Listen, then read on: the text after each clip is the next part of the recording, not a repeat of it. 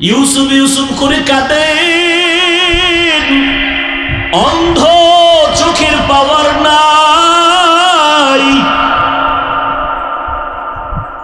ইউসুফ নবী হিকমত অবলম্বন করে কর্মচারীকে বলল, এদের ভেতরে খানা দাও, মাপ ছাড়া খানা দিয়া ওরা যে টাকা দিছে গোপনে টাকাটা খানার ভিতরে ঢুকায় দাও, ওরা যেন টের না পায়।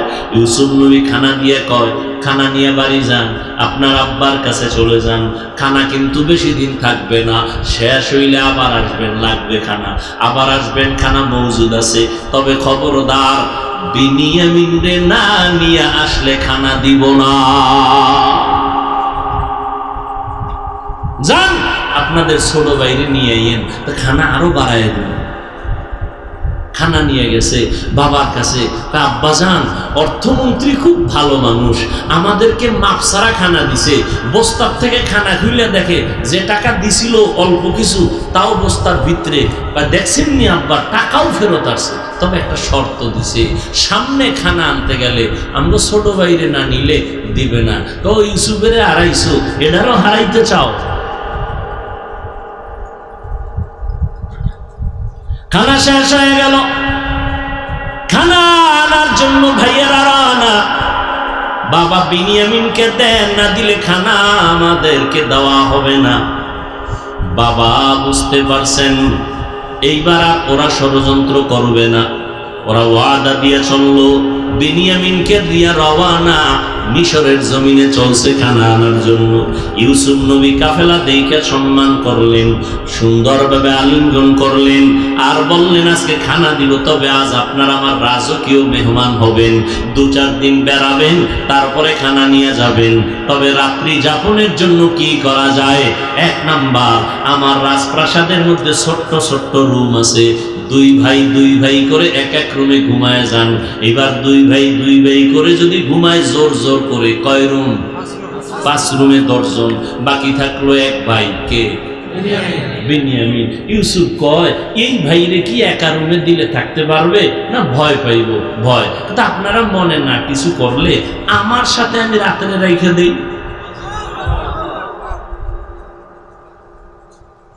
ওরা তো বুঝে না, ওরা তো খুশি, অর্থমন্ত্রী আমাকে এত আদর করে, তো খানা বেশি হয়।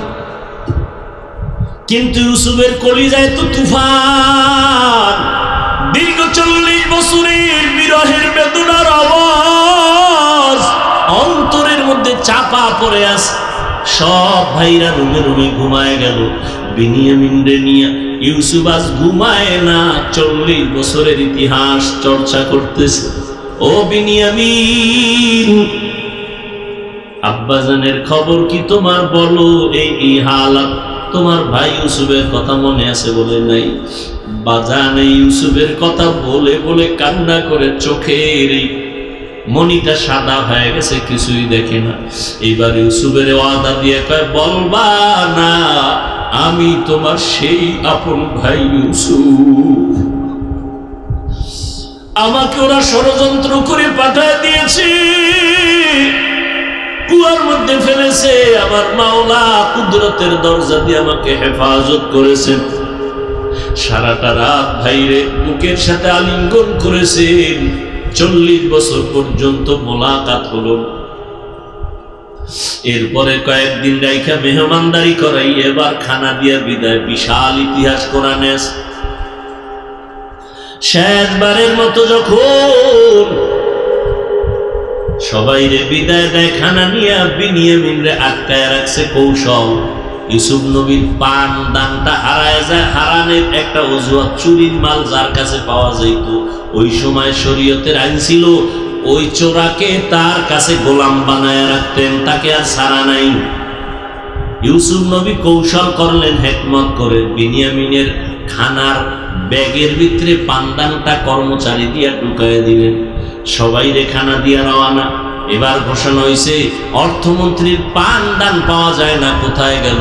ঘোষণা খুঁজতে খুঁজতে ওদের ধরো, দইরা বিনিয়ামিনের ব্যাগের মধ্যে পাইছে। 10 ভাই কয়, আব্বাই তো কি বলবে? আব্বাই তো বলছে বিনিয়ামিনরে দিবে না, হারায় ফেলবো। এখন তো আইন অনুযায়ী বিনিয়ামিনকে নেওয়া যাবে না, চুরির মাল তার। ব্যাগে পাওয়া গেছে। কি করার, বাবার কাছে কি জবাব দিব? বিনিয়ামিন কি ইউসুফ নবী রেখে দিলেন কৌশল করে। এভাবে সর্বশেষ ইউসুফ নবী সব ভাইদের পরিচয় দিয়ে কান্নাকাটির এক আওয়াজ, মোহব্বতের বন্ধনের পর শেষবারের মতো কয়, যাও আমার আব্বারে নিয়ে আসো। আর আমার একটা জামা আছে শরীরে পরিহিত জামা, এই জামাটা আল্লাহ পাক আমাকে জান্নাত থেকে কূপের মধ্যে দিছিলেন, জিব্রাইল আইসা পরায় দিছেন। আব্বারে সালাম দিয়া জামাটা দিবা, আর এই জামাটা আব্বা জানের চোখে লাগাইলে সাথে সাথে চোখ ভালো হয়ে যাবে। এবার আব্বারে নিয়ে আসো, আম্মারে নিয়ে আসো, তোমরাও একসাথে আসো। এবার সবাই আইসা আব্বা আম্মা সহ, ইয়াকুব নবী সহ, এরপরে ইউসুফ নবীকে সেজদা দিলেন। সবাই এসে সেজদা করলেন। স্বপ্ন দেখছে কবে, আজকে পূরণ হইল কত বছর পর। বুঝেন না কথা? ওই ভণ্ড বলবে ইউসুফ নবীরে 10 ভাই সেজদা করলো মা বাপ সহ। এই সেজদাও তাজিমান সেজদা, এটা সম্মানের সেজদা, ইবাদতের সেজদা না। এবার আমার মতো দুর্বল মৌলবী তো ঠান্ডা হয়ে গেছে, পুঁজি শেষ। আমি ওরে আটকাইলাম, ইবাদতের সেজদা আল্লাহকে ছাড়া অন্যকে দেওয়া শিরিক। কারণ সে আমারে কতটি দলিল দিল কোরআন দিয়া যে না, আমরা ইবাদতের জন্য দেই না, আমরা ইবাদতের সেজদা আল্লাহর জন্যই রিজার্ভ রাখছি, কিন্তু আমরা যে পীর সাহেবের মাজারের দেই এটা সম্মান। এখন ওরা আটকাইবেন কেমন? এটাও বদআমল, কিন্তু মুনকার। দলিল না দিলে হবে না। এবার নকলি দলিল শেষ, আকলি দলিল দাও, আর একটা জুতা হাতে লো। জিজ্ঞেস করতে হবে, এই বেঈমান, তুই কি ইউসুফ নবীর উম্মত না আদম নবীর উম্মত? কি বলবে? কি বলবে? কি বলবে? আমি মুহাম্মদের উম্মত। কানে ধর, কানে ধর। মুহাম্মদের শরীয়তে আল্লাহ ছাড়া সম্মান হোক আর ইবাদত হোক, আল্লাহ ছাড়া ভিন্ন কাউকে কোনোভাবে সেজদা দেওয়া হারাম। তুই যদি ইউসুফ নবীর উম্মত হও, তুই সেজদা দিয়া মর। আদমের হইলে আলাদা, মুহাম্মদের উম্মত দাবি কইলেই যদি আউলা জাউলা করো, জুতা মোবারক রেডি। কথা বুঝাইতে পারছি? এর নাম মুনকার, এর নাম ইন্নাস সালাতা তানহা আনিল ফাহশাই ওয়াল মুনকার ওয়া লাযিকরুল্লাহি আকবার। কষ্ট হইতেছে আপনার? আমার কষ্ট হইতেছে। যেই গরম, মাদ্রাসায় ভর্তি চলতেছে, সারাদিন ভর্তির কার্যক্রম।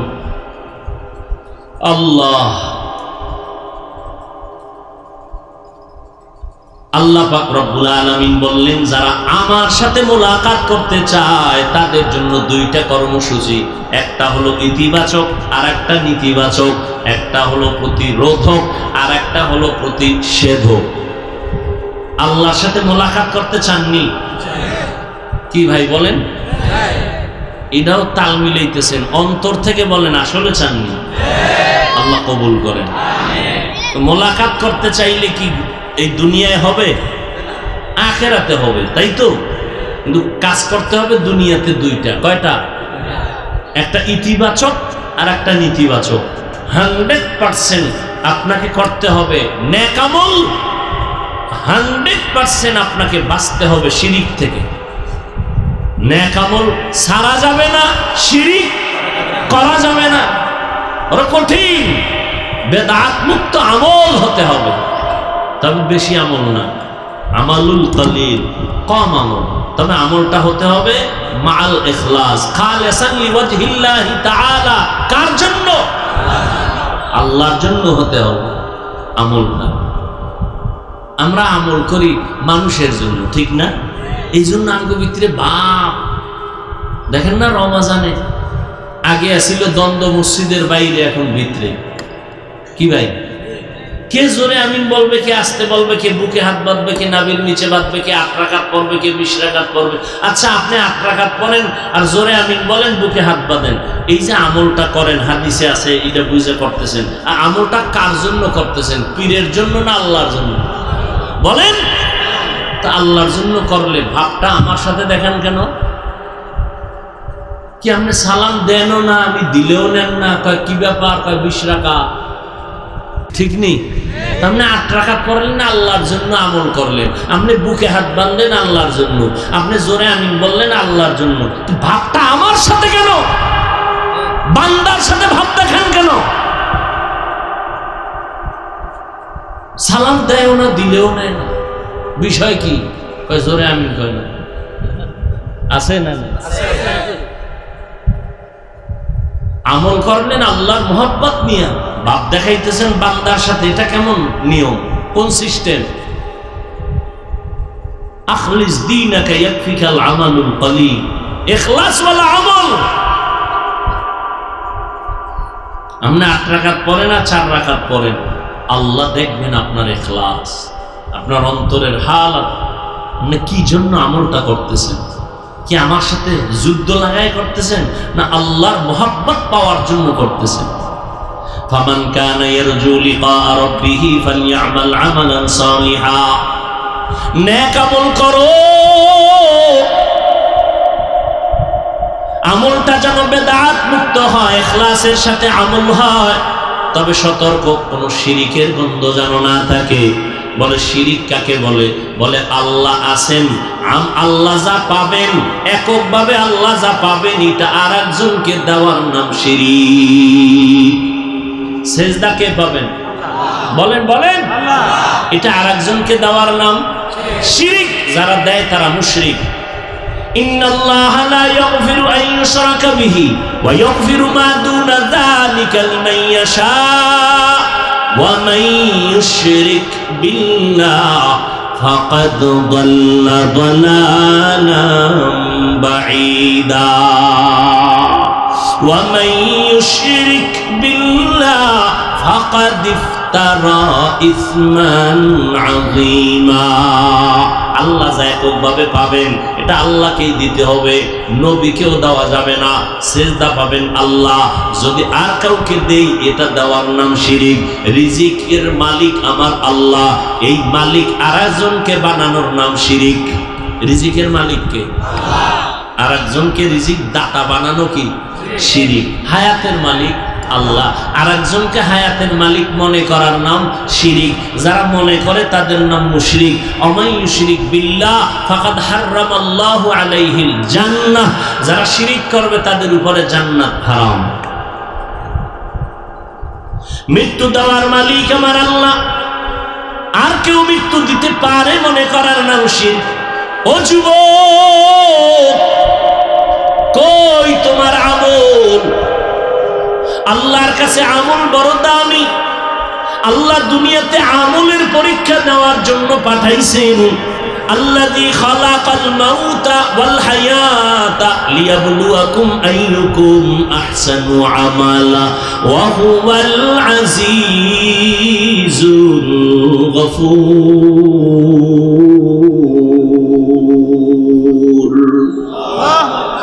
আরে মিয়া, বেশি আমল লাগে না, এত আমল লাগে না। আল্লাহ তার চালাকি কম কর, আমি দুনিয়াতে পাঠাইছি আমলের পরীক্ষা নিব।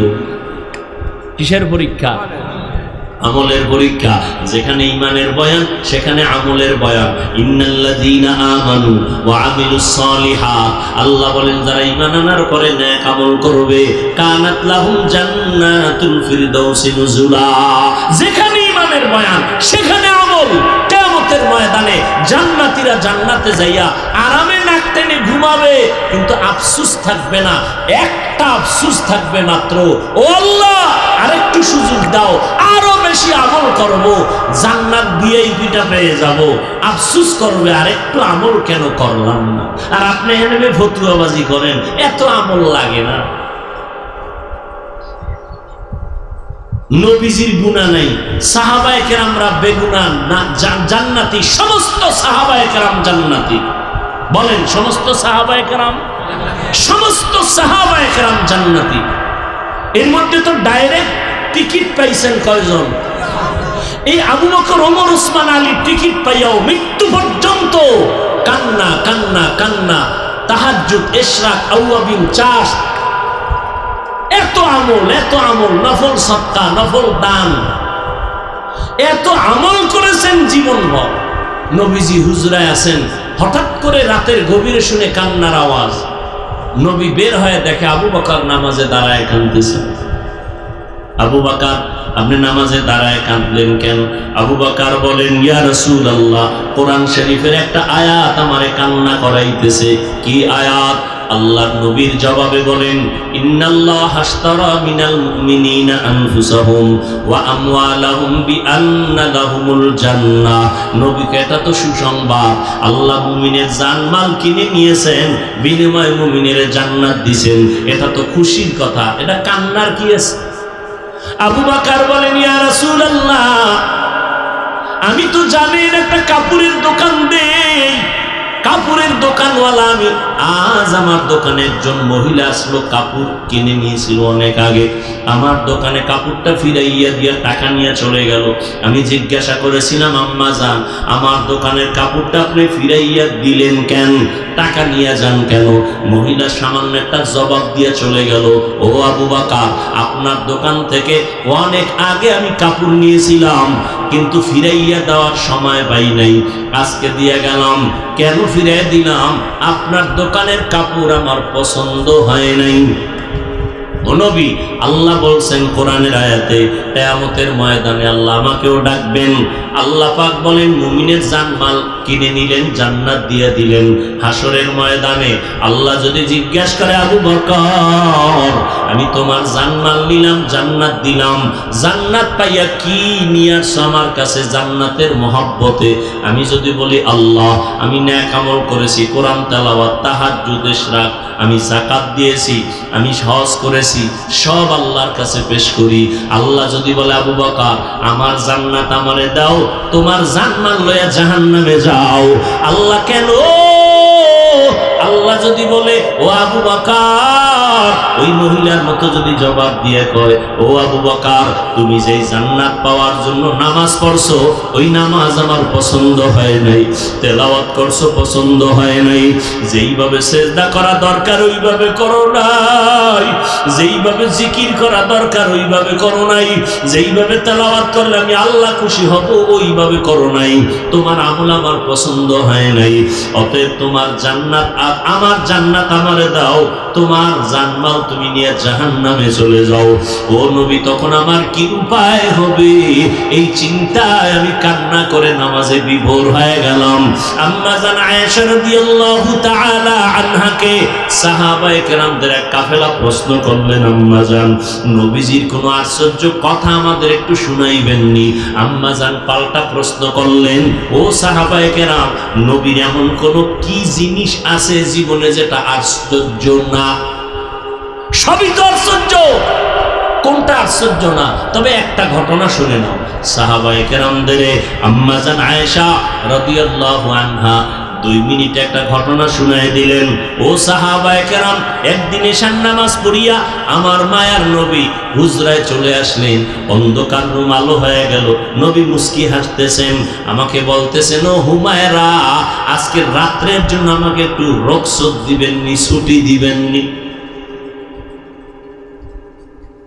আম্মাজান বলেন, আপনি ছুটি চাইবেন আর আমি ছুটি দিব না, এটা কেমনে হয়? আম্মাজান ভাবলেন অন্য কোনো বিবির ঘরে যাবেন হয়তো। আর আমগো হালাত কি? আশেকে রসুল 3 দিন বাড়ি খবর নাই। ম্যাডাম ফোন দিছে, কই তুমি? ফোন দিবা না, কইয়েছি না আমার ব্যাপার, তুমি এত টেনশন করো কেন? রহমতের নবী বলেন, ও হুমায়রা, আমি একটা রাত্রের জন্য ছুটি চাই। আম্মাজান ভাবলেন কোন বিবির ঘরে যাবেন। আম্মাজান বলেন, না। মায়ার নবী দেখলাম মুহূর্তের মধ্যে নামাজের মুসাল্লায় দাঁড়ায় গেলেন। আমার হুজরার কিনারায় অন্ধকার নামাজে দাঁড়ায় গেলেন। ভিন্ন কোনো বাতি নাই, নবীর চেহারা মোবারকটাই একটা বাতি, একটা আলো। নবীজি নামাজে দাঁড়াইলেন, সূরা ফাতিহা পড়তেছেন, আমি ঘুমের বাহানা ধরে সব দেখতেছিলাম। আল্লাহর নবী সূরা ফাতিহা শেষ, সূরা বাকারা পড়তেছেন, আর অজর দাঁড়ায় কান্না কান্না কান্না, চোখের পানি পড়ে দাড়ি মোবারক ভিজে যাইতেছে, বুক ভাসাইয়া যাইতেছে। সূরা বাকারাটা শেষ করে আবার আরেকটা সূরা পড়া শুরু করলেন, ওই সূরাটা শেষ আবার আরেক সূরা শুরু করলেন। এইভাবে পড়তেছেন পড়তেছেন, আল্লাহর সাথে কথা বলতেছেন, আর অঝর দ্বারায় নবী কান্না করতেছেন। এখনো রুকুর খবর নাই, সেজদারও খবর নাই। দীর্ঘ টাইম আমার নবী নামাজে গভীর রাত চোখের পানি ফেলে তেলাওয়াত করেন। অনেক সময় যা আমার জীবনে আমি দেখছি কিনা সন্দেহ, মায়ার নবী এত দীর্ঘ টাইম নামাজে দাঁড়াইয়া অনেকগুলো সূরা তেলাওয়াত করিয়া মাত্র রুকুর মধ্যে চলে যাচ্ছেন। আমি দেখতেছি নবী রুকুর মধ্যে গিয়াও কান্নার আওয়াজ। দীর্ঘ টাইম রুকু থাকার পরে দাঁড়াইলেন, এরপরে প্রথম রাকাতের মাত্র প্রথম সেজদায় চলে গেলেন। সেজদায় গিয়ে এমন কান্না, আমার আল্লাহর মুহাব্বতের কান্না চলতেছে। মাত্র প্রথম রাকাতের প্রথম সেজদা, দ্বিতীয় সেজদা এখনো নবী দেন নাই, নবী কান্না করতেছেন। হঠাৎ করে হুজরার বাইরে বেলালের আওয়াজ আসতেছে। বেলাল ডাক দিয়ে বলেন, নবী প্রস্তুতি নেন, ফজরের সময় কাছাকাছি হয়ে গেছে। মাত্র প্রথম রাকাতের প্রথম সেজদা, দ্বিতীয় সেজদাও দেয় নাই নবী। কি পরিমাণ টাইম নবী লাগায় নামাজ পড়লেন, কি পরিমাণ তেলাওয়াত করলেন, কি পরিমাণ রুকু করলেন, কি পরিমাণ সেজদা আর কান্না। রহমতের নবী। বেলাল বলে, রেডি হন, প্রস্তুতি নেন, ফজরের টাইম কাছাকাছি, আজান দেওয়ার জন্য আমি হাজির হয়ে গেছি। আম্মা জান আয়েশা বলেন, নবীর আশ্চর্য ধরনের এই রকম বহু ঘটনা। নবী এতটাই আল্লাহর মহব্বতে বিভোর, আল্লাহ যেইভাবে নামাজটা চাইছেন ওইভাবে নামাজ পড়তে পারলেন কিনা নিজের একটু প্রশ্ন করেন। বাবা, দুনিয়াতে আজ আছি কাল থাকবো না, এই চোখের সামনে কত আপনজন চলে গেল। ওই গতকাল পরশুদিন খবর জানো না বাবা, এই ঈদকে কেন্দ্র করে কত লাশ আর লাশ আর লাশ বাইকের তলে পরে অ্যাক্সিডেন্ট হয়ে, ওই যে গতকালও এক জায়গায় 12 জন মারা গেছে, তার আগের দিন এক জায়গায় 14 জন মারা গেছে। এমন কোন দিন নাই যুবকের লাশের খবর নাই রে বাবা। কয়দিন আর দুনিয়াতে বাঁচবা? আল্লাহর হুকুম মতো চলো, নবীর তরিকা মানিয়া চলো। যেদিন মরণ হয়ে যাবে, কে আমার আপন, কে আমার মা, কে বাবা, কেউ আমার সাথে যাবে না। সাদা কাপড়ের 3টা প্যাকেট বানায় আমাকে কবরে রাখা হবে। ওই অন্ধকার কবরে আল্লাহর মুহাব্বত নিয়ে রওনা হও। এখনো সময় আছে, তওবা করে নেও। গুনাহ নিয়ে কবরে গেলে আযাব ভোগ করা লাগবে রে বাবা। আল্লাহর আযাব সহ্য করা যাবে না রে মুমিন। এখন থেকে তওবা করে নেও। সমস্ত নবীরা দাড়িওয়ালা নামাজি নবীর তরিকা নিয়ে আল্লাহর হুকুম মতো জীবন চালাইছেন। সমস্ত সাহাবায়ে কেরাম নবীজি 5 বেলার নামাজ পড়েছেন। ও যুবক বাবা, তুমি স্কুলে পড়ো বাধা নাই, কলেজে পড়ো বাধা নাই, চাকরি করো, ব্যবসা করো বাধা নাই, 5 বেলার নামাজ পড়িও, মা বাবার দোয়া নিয়ে চলিও। মা বাবার দোয়া ছাড়াই চেয়ারে বসতে পারি নাই, মা বাবার কান্না চোখের পানি আর দোয়া ছাড়া পরীক্ষায় ভালো নাম্বার পাও নাই, মা বাবার চোখের পানি দোয়া ছাড়া তুমি কোনোদিন সম্মানের চেয়ারে বসতে পারো নাই, পারবাও না। এখন থেকে তওবা করে নাও, মা বাবার দোয়া নিয়ে চলবা, আর বেয়াদবি করবা না। ওলামায়ে কেরামের পরামর্শ নিয়া নবীর তরিকা মেনে চলবা। ও যুবক, তোমার মতো কত যুবক রাস্তায় গাড়ি চালায়, নামাজ ছাড়ে না, তুমি কেন পারবা না? তোমার মতো যুবক স্কুল কলেজে পড়ে, নামাজ ছাড়ে না, তুমি কেন পারো না? তোমার মতো যুবক ব্যবসা করে, নামাজ পড়ে, তুমি কেন পারবা না? আল্লাহর কোরআনটা কি মিথ্যা মনে করেছো? ওই কোরআনে জান্নাতের বয়ান, জাহান্নামের বয়ান আছে। কে জান্নাতে যাবে, কে জাহান্নামে যাবে তাও আল্লাহ বলেছেন। ইন্নাল আবরারা লাফি নাঈম ওয়া ইন্নাল ফুজ্জারা লাফি জাহিম। নেক লাইনে চলবা জান্নাত, গুনাহ নিয়ে যাবা জাহান্নাম। ও বাবা, তুমি কি পরিমাণ নেক করেছো, গুনাহ করেছো, নিজের হিসাবটা মিলাইয়া নাও। যদি গুনাহ বেশি হয় তওবা করো, মনে মনে আল্লাহকে ডাকো, হে মালিক।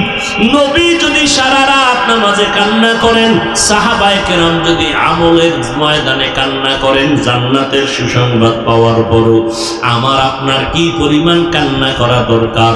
অথচ কপাল খারাপ, চোখে পানিও নাই, চেষ্টাও করি না, তওবার নিয়ত করি না। আজকে থেকে তওবার নিয়ত করো রে বাবা। হেদায়াতের মালিক আল্লাহ, ইজ্জতের মালিক আল্লাহ, হায়াতের মালিক আল্লাহ।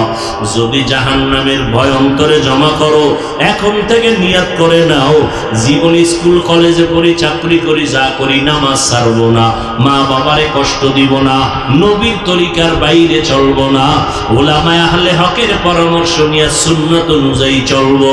মুনাফিকি যদি না থাকে, তওবার নিয়ত যদি হয়, খাঁটি তওবার নিয়তে দুটো হাত আল্লাহকে দেখাইয়া দাও।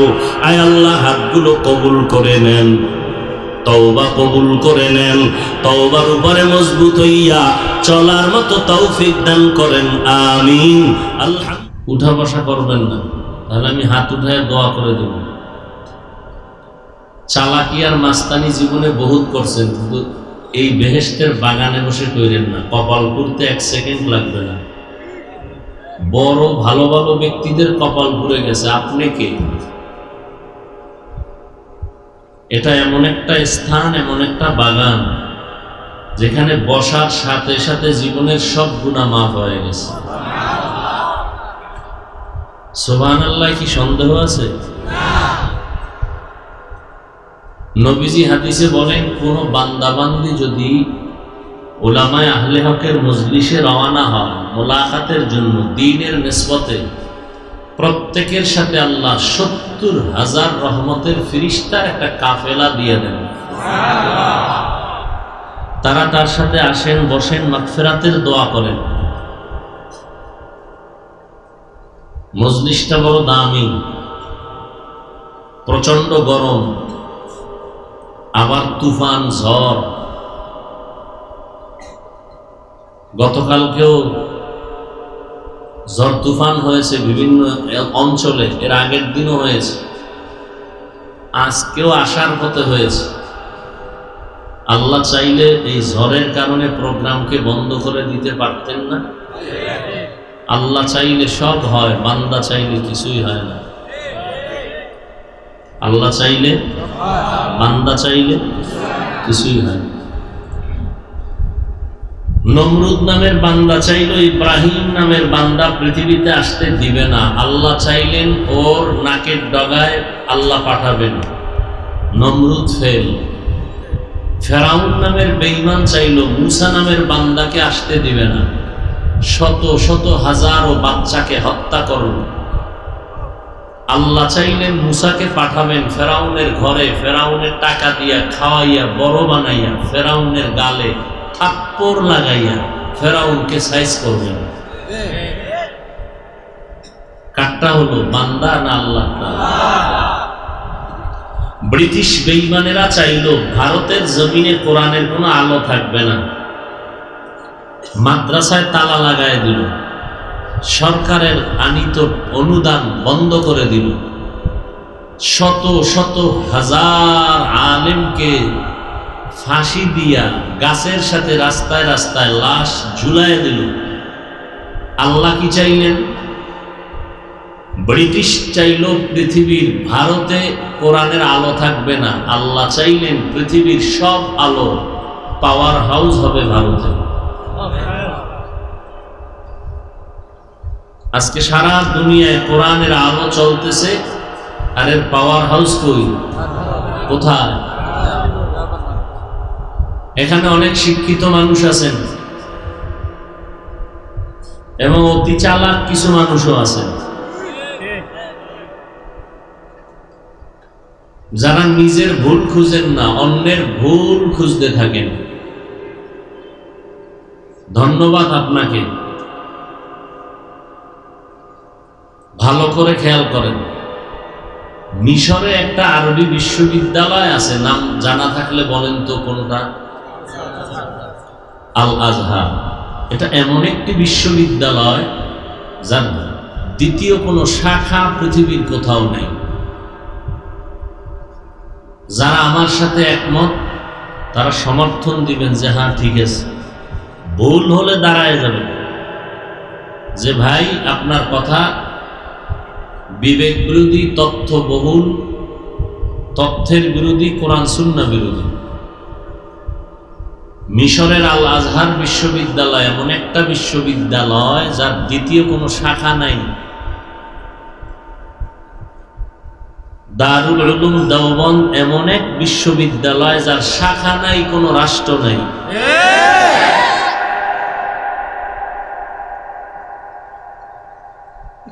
রাজনীতির ময়দানে বাতিলের মোকাবেলা, সেখানেও দেওবন্দের অবদান আর মেহনত চলতেছে, চলতেছিল, চলতেছে, চলবে।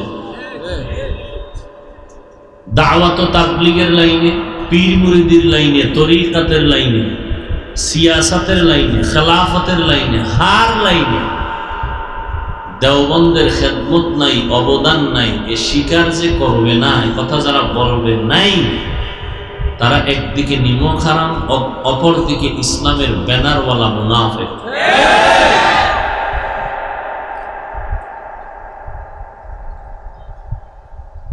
আজ গোটা বাংলাদেশে কওমি মাদ্রাসা আছে না নেই? তুলনামূলক আগের থেকে কম। হ্যাঁ, দেওবন্দের অবদান। আল্লাহ সবাইকে বুঝার তৌফিক দান করেন। তাহলে বান্দা চাইলে কিছুই হয় না, আল্লাহ চাইলে সব হয়।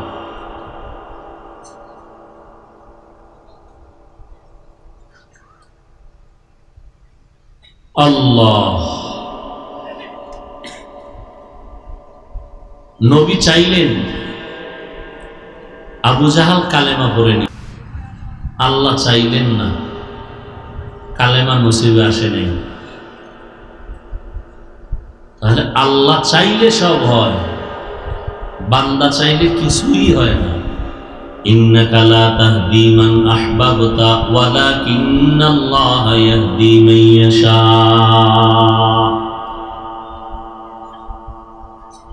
এর নাম কপাল। হেদায়েতের মালিক কে? আল্লাহ। হেদায়েতের মালিক একমাত্র আল্লাহ। মান ইয়াহদিল্লাহু ফাহুয়াল মুহতাদ ওয়া মান ইউদ্লিল ফালান তাজিদ লাহু ওয়ালিয়্যাম মুরশিদা। আল্লাহ চাইলে হেদায়েত পেয়ে যাবে, আর আল্লাহ না চাইলে সে হেদায়েত পাবে অনেক পরের কথা। হেদায়েত পাওয়ার মতো কোনো পথ প্রদর্শক খুঁজে পাবে না, মুর্শিদ পাবে না।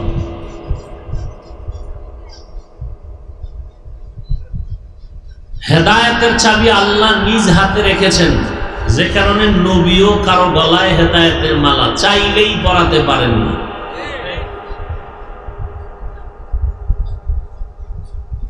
আমি হাফিজুর রহমান কেন আর মক্কা মদিনার ইমাম কেন? স্বয়ং রসুল যার কোনো গুনাহ নেই আছে? সন্দেহ করলে সে তাজা বেঈমান। সেই রসুলের বয়ান শুনেও কালেমা পড়ে না, কত বড় নিকৃষ্ট কপাল পরা। একটু আগে নাম বলছি না, কি নাম? আবু জাহাল। আর কপাল যদি আল্লাহ খুলে দেন, তাহলে নবীকে জবাই করতে এসেও কালেমা পড়ে না। কে? এর নাম কপাল, এর নাম। আজকের এখানে মাহফিল, বৃষ্টি, আমি বলছি টেলিফোন করো, প্রোগ্রাম হবে কি হবে না? না, এখান থেকে কুমিল্লা থেকে চলে যাব ঢাকায়, বলে এখানে কোনো বৃষ্টি নেই, তো চললাম। অনেকেই প্রোগ্রামের আওয়াজ শুনছেন, আসতে চেয়েছিলেন, আসতে পারেন নাই। জরুরি কোনো কারণ যদি হয় যেটা শরিয়াত সম্মত, তাহলে সে না আসলেও আসার সওয়াব পেয়ে যাবে।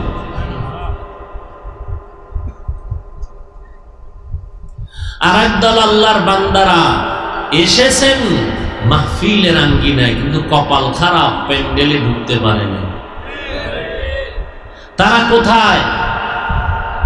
তারা একদল আছে মহিলা প্যান্ডেলের তাওয়াফ করে, আর একদল আছে মার্কেটে দোকানপাটে কবিরা গুনাহ করে বসে বসে।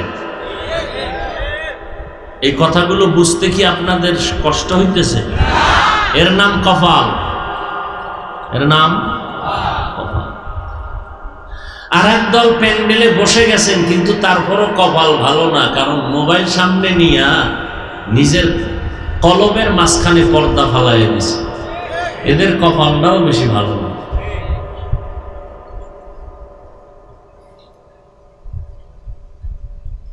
বলার দায়িত্ব আমার, মানবেন কিনা সে দায়িত্ব আপনার। আপনি মোবাইল হাতে নিছেন কেন যদি প্রশ্ন করি, কি জবাব দেওয়ার মতো আছে আপনার কাছে? সরকার যদি অর্ডার দেয় এখন ছবি তুলতে হবে, মদিনাওয়ালার অর্ডার, এই 2 অর্ডার ছাড়া ছবি তোলা হারাম, 1000 কোটিবার হারাম, কবিরা গুনাহ। ওয়াজের প্যান্ডেলে বসে মোবাইলটা উঁচু করে ছবি তুলতেছেন, সরকারের অর্ডার, মদিনার অর্ডার, তা আকাম কেন করেন? আর আপনি 200 হাত দূরে বয়া ছবি তুললে কি স্পষ্ট আসবে? চালাক যারা তারা বলবে আমি আপনার মহব্বতের ভক্ত, বয়ান রেকর্ড করি না, আপনার কাজটা নিখুঁতভাবে মিডিয়াওয়ালারা করতেছে, আপনি এটা বুঝেন না? আপনি কালকে সকালে এদের থেকে ডাউনলোড করে নিলে হবে না? এখন এই বয়ে আকামরা কেন করেন না? আমাকে দেখাচ্ছেন আপনি এক মোবাইলওয়ালা, এরপরে যদি মোনাজাতের পরে জিনের আর কিছু থাকে ফাঁকে বুকে মোবাইল নিয়ে যায়, তা আমও গেল। সালাম।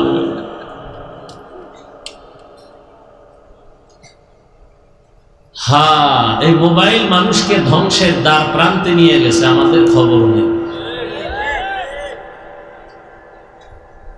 চরিত্র ধ্বংস, লেখাপড়া ধ্বংস, ইবাদত ধ্বংস। এমন কোন দিক নাই যেখানে আক্রমণ করে নাই।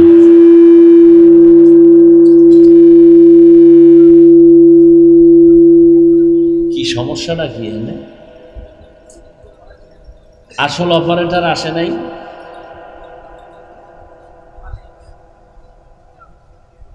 কি সমস্যা কি?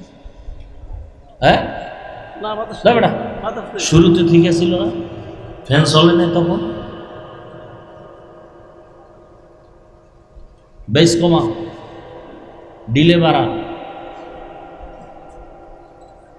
বুঝো না 13টা মেশিন লয়ে বয়ে দিচ্ছে।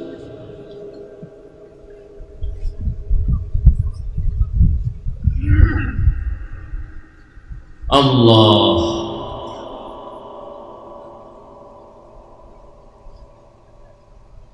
কি কথা বলতেছিলাম? মোবাইল, মোবাইল শান্তির ঠিকানা মোবাইল। সারাটা রাত এই মোবাইলের মোরাকাবায় চলে যায় আমার যুবকদের, বুড়াদের।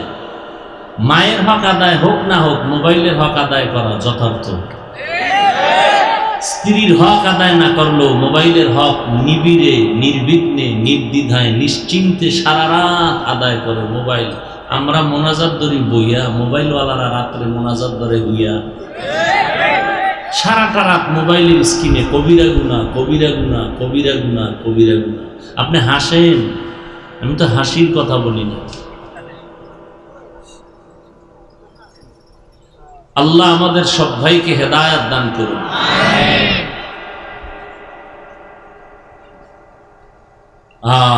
কিছুক্ষণ বসবেন তো ইনশাআল্লাহ। ফাঁকে ফাঁকে একটু চা টানতে হবে, বাদাম, চানাচুর, এটাও বেয়াদবি। এই সুন্দর বেহেশতের বাগানে বসার পরে 2 ঘন্টা কিছু না খাইলে, না পান করলে মরে যাবেন? কেন এই ঝামেলাগুলো আপনারা করেন? ওয়াজের সব থেকে শেষ বরকত দোয়া, আর দোয়া হুয়াল ইবাদা। কিছু কিছু আল্লাহর বান্দা আছেন, তাদের কপালও খারাপ, ঘন্টাকে ঘন্টা বসে বয়ান শুনেন, 5 মিনিটের সময় দিয়ে দোয়ায় শরীক হতে পারে না, উঠে চলে যায়। শয়তান ওদের উপরে গালেব হয়ে গেছে। শয়তান চায় বয়ান শুন সারা রাত, মোনাজাত দিবি না, দিলেই সব গুনাহ মাফ। তোর গুনাহ মাফ হইলে আমার চাকরির ভ্যালু নাই। এই জন্য অনেকে বয়ান শুনে ঠিক মোনাজাত দেয় না, এরাও কপাল পড়া। আল্লাহ আমাদের সব ভাইকে হেদায়েত দান করুন। তো বলতেছিলাম আমল দুই প্রকার, নেক আমল আর বদ আমল আবার দুই প্রকার, ফাহশা আর মুনকার। ইন্নাস সালাতা তানহা আনিল ফাহশাই ওয়াল মুনকার ওয়া লাযিকরুল্লাহি আকবার। নিশ্চয়ই নামাজ মানুষকে পাপাচার থেকে ফিরায় রাখবে। নামাজ চ্যালেঞ্জ কার? আল্লাহ। পাপের জগতে দুইটা ভাগ আছে, ফাহশা আর মুনকার, বদ আমল। সব বদ আমল থেকে মানুষকে বিরত রাখবে, বাঁচায় রাখবে কে? নামাজ। ঘোষণা কার? কত পার্সেন্ট মিথ্যা? কথা বলেন। এই কথাটা বলতেও আপনার পেরেশানি হতে হয়। কত পার্সেন্ট সত্য? কোনো সন্দেহ নেই। কিন্তু এখানে নামাজি আছে না নাই? নামাজ পড়ে গুনাহ করে কেন? আল্লাহ তো চ্যালেঞ্জ দিয়েছেন, নামাজ মানুষকে গুনাহ থেকে বাঁচাবে। নামাজ পড়ে গুনাহ করে কেন? নামাজ পড়ে সুদ খায় কেন? নামাজ পড়ে ঘুষ খায় কেন? নামাজি বান্দা বেপরদায় চলে কেন? দাড়ি কাটে কেন? বান্দা মদের বোতল নিয়ে দৌড়ায় কেন? তাহলে আল্লাহর ওয়াদা মিথ্যা? বান্দার নামাজে ভেজাল, নামাজে ভেজাল। কেমন ভেজাল? ভেজালিলা নামাজওয়ালাদেরও গুণগান আল্লাহ কোরআনে বলছেন। আরাআইতাল্লাযী ইউকাযযিবু বিদ্দীন ফাযালিকাল্লাযী ইয়াদউল ইয়াতীম ওয়া লা ইয়াহুদ্দু আলা তাআমিল মিসকিন ফাওয়াইলুল লিল মুসাল্লিন। নামাজ মানুষকে গুনাহ থেকে বাঁচাবে, তার মানে সে বিনা হিসাবে জান্নাতি। আর এই সূরায় আল্লাহ কি বলেন? ওয়াইল নামক জাহান্নাম মুসল্লিদের জন্য। ওয়াইল নামক জাহান্নামটা অন্যান্য জাহান্নামের তুলনায় খুব নিকৃষ্ট। এই ওয়াইল নামক জাহান্নাম মুসল্লি কারা? যারা নামাজ পড়ে তাদের জন্য ওয়াইল নামক জাহান্নাম। দেখছেননি কারবার কি?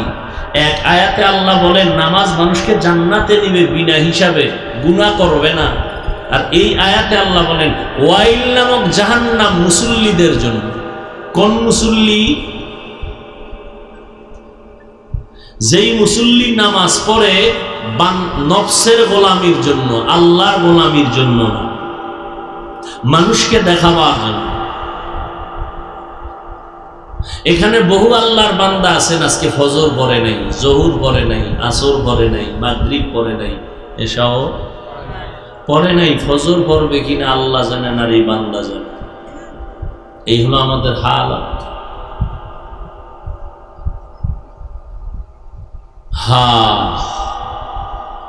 নেক আমল আর বদ আমল। বদ আমল দুই প্রকার, ফাহশা আর মুনকার।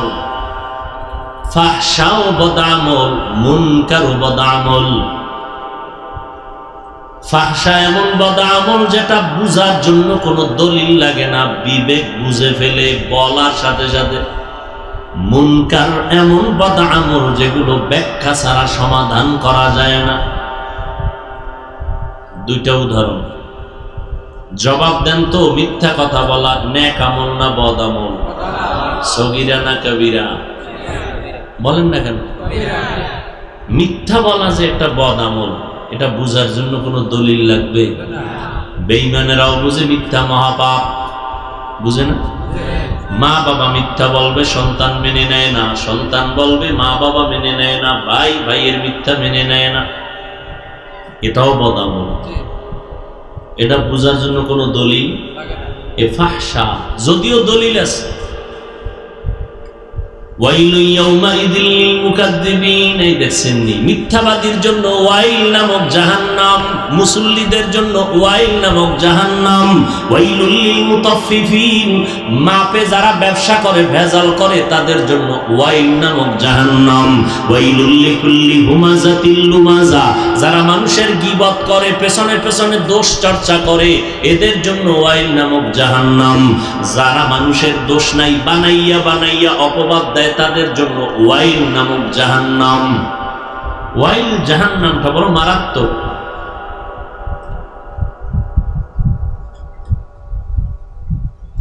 মিথ্যাবাদীর জন্য ওয়াইল নামক জাহান্নাম। ওয়াইলু ইয়াউমাইযিল লিল মুকাদ্দিবিন, বারবার আল্লাহ বলেন ওয়াইলু ইয়াউমাইযিল লিল মুকাদ্দিবিন, মিথ্যাবাদীর জন্য জাহান্নাম। قال النبي صلى الله عليه وآله وسلم إياكم والكذب فإن الكذب يهدي إلى الفجور وإن الفجور يهدي إلى النار। পয়গম্বর বলেন সাবধান, মিথ্যা থেকে বেঁচে থাকো, মিথ্যা সব খারাপের কারণ, সব খারাপের শেষ পরিণাম ফল জাহান্নাম। আল কিযবু ইউহলিক, মিথ্যা মানুষকে ধ্বংস করে দেয় একদিন আগে আর পরে। একটা মিথ্যাকে প্রতিষ্ঠিত করার জন্য হাজারো মিথ্যার কাবার লাগানো লাগে। এক চোরার ঘরের চোরা নবীর কাছে গেছে, কিছু ঔষধ নিবে কলবের। কিসের ঔষধ? হসপিটালওয়ালারা অপারেশন করে দেহের, কোরআনওয়ালারা অপারেশন করে রুহের, কলবের। বুঝেননি? ভালো করে বুঝেন। নোয়াখালী মানুষকে বুঝান লাগে না, এরা ভালো বুঝনেওয়ালা। নোয়াখালীর জমিন বড় দামি, এরা ভালো জ্ঞানী। এই জমিনের এত জ্ঞানী যাদের জ্ঞান ছড়িয়ে পড়েছে গোটা দেশে, গ্রামে গ্রামে নোয়াখালীর মুন্সি সাহেবরা গিয়া মানুষের কোরআন শিখাইতো, দিন শিখাইতো, নামাজ শিখাইতো। আর এই নোয়াখালীর জমিনের ফুটন্ত গোলাপ উজানির কারি ইব্রাহিম রহমাতুল্লাহ আলাইহি, নোয়াখালীর ফুটন্ত গোলাপ হাবিবুল্লাহ মিসবাহ রহমাতুল্লাহ আলাইহি। এ জমিন বড় উর্বর জমিন, কিন্তু মানুষ দুনিয়ার লোভানক দৃষ্টিতে পড়ে এখন আল্লাহর মহব্বতের বন্ধন থেকে আলাদা হয়ে যাচ্ছে। নোয়াখালীর মানুষ এত বুঝা বুঝে, অন্যায় করলেও বুঝা করে, মানে জানে এটা কাম, এরপর করে। অনেকে জানে না অন্যায় করে, কিন্তু নোয়াখালীর মানুষ সব জানে। আলেমরে গালি দেওয়া যে গুনাহ এটা জানে, এরপরও দেয়। ইমামের বিরোধিতা করা যে একটা গুনার কাম জানে, এরপরও করে। করে না? করে না? আল্লাহ হেদায়েত দান করুন। নবীর কাছে গিয়া কলবের ঔষধ দিবেন, ও পয়গম্বর আমাকে কলবের ঔষধ দেন, আমার কলবের রোগ আছে। নবী হলেন কলবের শ্রেষ্ঠ ডাক্তার। হুয়াল্লাযী বা'আসা ফিল উম্মিয়্যিনা রাসূলাম মিনহুম ইয়াতলু আলাইহিম আয়াতিহি ওয়া ইউযাক্কিহিম ওয়া ইউআল্লিমুহুমুল কিতাবা ওয়াল হিকমাহ ওয়া ইন কানু মিন ক্বাবলু লাফি যালালিম মুবিন। নবীজি দুনিয়াতে আসছেন চার দায়িত্ব নিয়া। প্রথম দায়িত্ব নবীর কোরআনের তেলাওয়াত, দ্বিতীয় দায়িত্ব মানুষের কলবকে পরিষ্কার করা, গুনাহ থেকে বাঁচাইয়া সুন্দর বানানো, এটাও নবীর কাজ। কলব ধোলাই করে। কি ধোলাই করে? কলব। অহংকার কলবের রোগ, হিংসা কলবের রোগ। সব রোগের ঔষধ আল্লাহ কোরআনে দিলেন। কোথায়?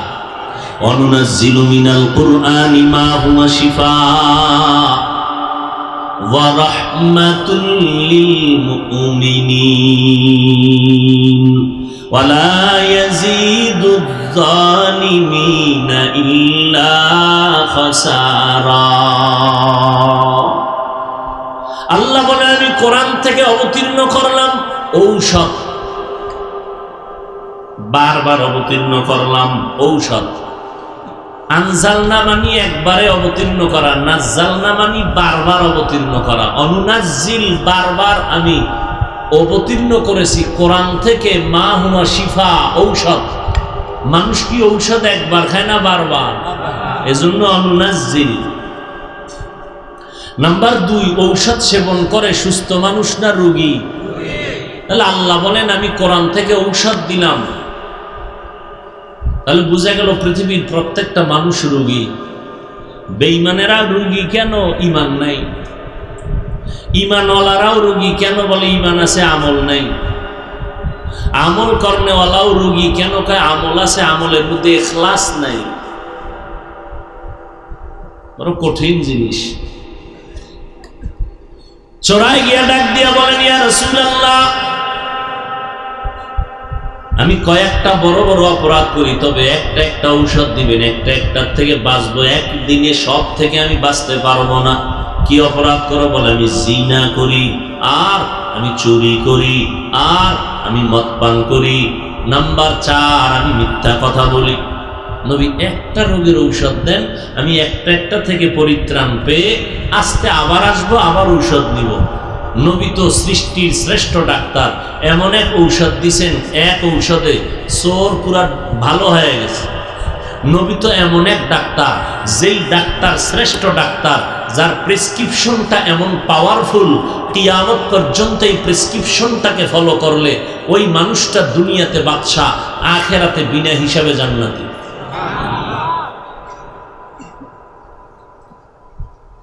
নবীর প্রেসক্রিপশন ফাইনাল, নতুন কোন প্রেসক্রিপশন কোন ডাক্তার দেওয়ার ক্ষমতা নাই। তা আলেমরা করবে কি? আলেমরা হলো রসুলের কম্পাউন্ডার, এরা ওই রসুলের দেওয়া প্রেসক্রিপশন যারা বুঝে না এদের ধরে ধরে বুঝাই দিবে। এটা আলেমগো কাজ, আর কোনো কাজ নাই। ওখানে কলম ধরার কাজ নাই, ঔষধ কমানোরও সুযোগ নাই, বাড়ানোরও সুযোগ নাই। আর মানুষ যারা বুঝে না নবীর সুন্নত কি, ভাত খাওয়ার সুন্নত কি, বসার সুন্নত কি, হাত ধোয়ার সুন্নত কি, মসজিদে ঢোকার ঔষধ কি, এগুলো বুঝে না, ওলামায়ে কেরাম ধরে ধরে ধরে ধরে বুঝাই দিবেন। উম্মত এই ঔষধ সেবন করবে, দুনিয়াতেও শান্তি, আখেরাতেও মুক্তি। নবী ঔষধ দিলেন, ও চোরার ঘরের চোরা, তুমি চুরি করো, জেনা করো, মদ পান করো, মিথ্যা বলো, প্রথম ঔষধ তুমি এটা ব্যবহার করো, মিথ্যা থেকে নিজেরে বাঁচাও, যাও। চোরায় খুশি। নবী ভাবছিলাম চুরি বন্ধ করতে বলবেন, নবী তা না বলে বললেন আমি মিথ্যা ছাড়বো, তাহলে আমার চুরি চলবে, বরকতের চুরি। নবী জেনে শুনে বাধা দেন নাই, তো আজকে বড় চুরি হবে, বরকতের চুরি হবে। তবে ওয়াদা করছি, ঠিক আছে মিথ্যা আর বলবো না। কিন্তু রাতের বেলা চুরি করতে যখন যাবে, রাস্তায় বেরিয়ে পেরেশান হয়ে গেল, নবী তো জানে আমি চোর। খবর যদি তার কাছে চলে যায় যে আমার বাড়ি চুরি হয়েছে, নবী জানে তো আমি চোর, আমাকে ডাকবেন, ডাকলে তো আমাকে বলতে হবে, তো সত্যই বলতে হবে, ওয়াদা করে আসছি মিথ্যা বলবো না। তাহলে আমি দ্বিতীয়বার সত্য বলে চোর সাজতে চাই না। আস্তে রাস্তা থেকে ফিরে বাসায় চলে গেল, না চুরি আর করবো না। এইভাবে মদ পান ছেড়ে দিল, জিনা ছেড়ে দিল, এক ঔষধে পুরা পাক্কা জান্নাতি হয়ে গেল। তাহলে মিথ্যা বলা মহাপাপ, বদ আমল। বুঝার জন্য কোনো দলিল লাগে? দলিল আছে না নাই? প্রয়োজন নেই। নাম্বার 2, আরেকটা উদাহরণ দিই। ফাহশা, গালাগালি করা সুন্নত মুস্তাহাব কি বলেন? হালাল না হারাম? এটা বুঝার জন্য দলিল লাগবে? পৃথিবীর কেউ গালি পছন্দ করে না, যদিও ওয়াজের প্যান্ডেলেও গালি চলে, কিন্তু এই গালি কেউ পছন্দ করে না।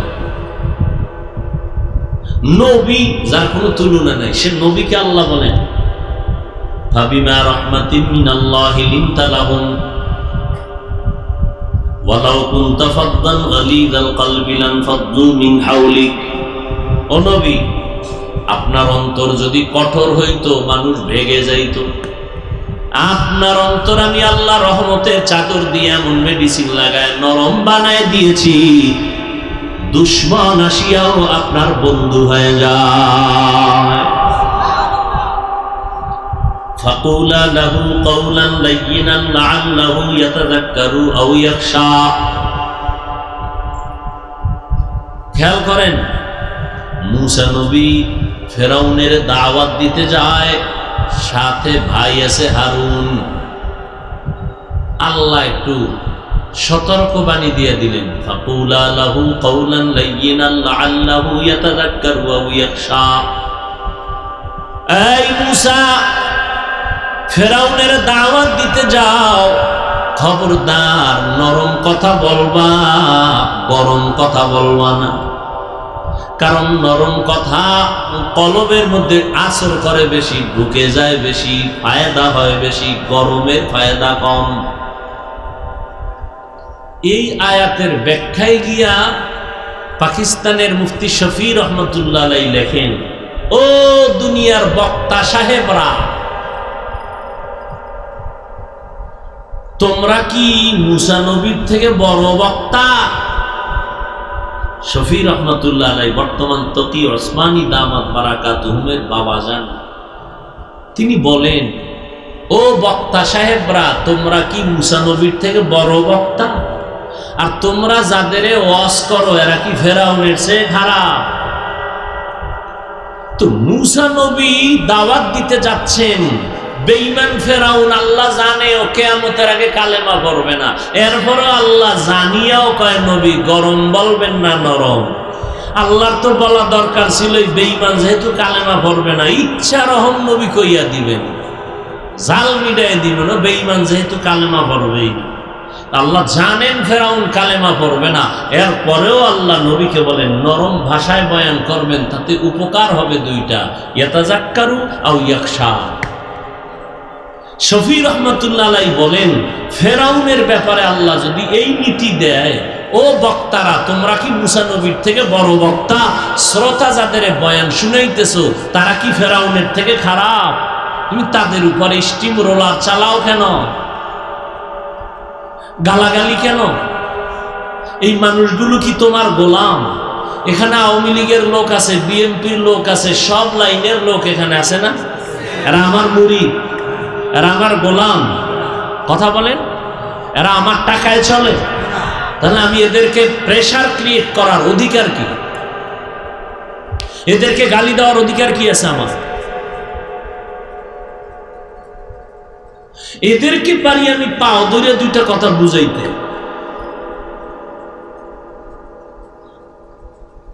যাতে করে সবাই দিনের পথে চলে আসে।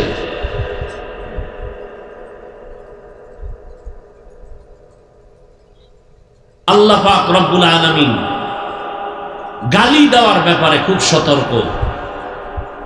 নবীকে আল্লাহ বললেন,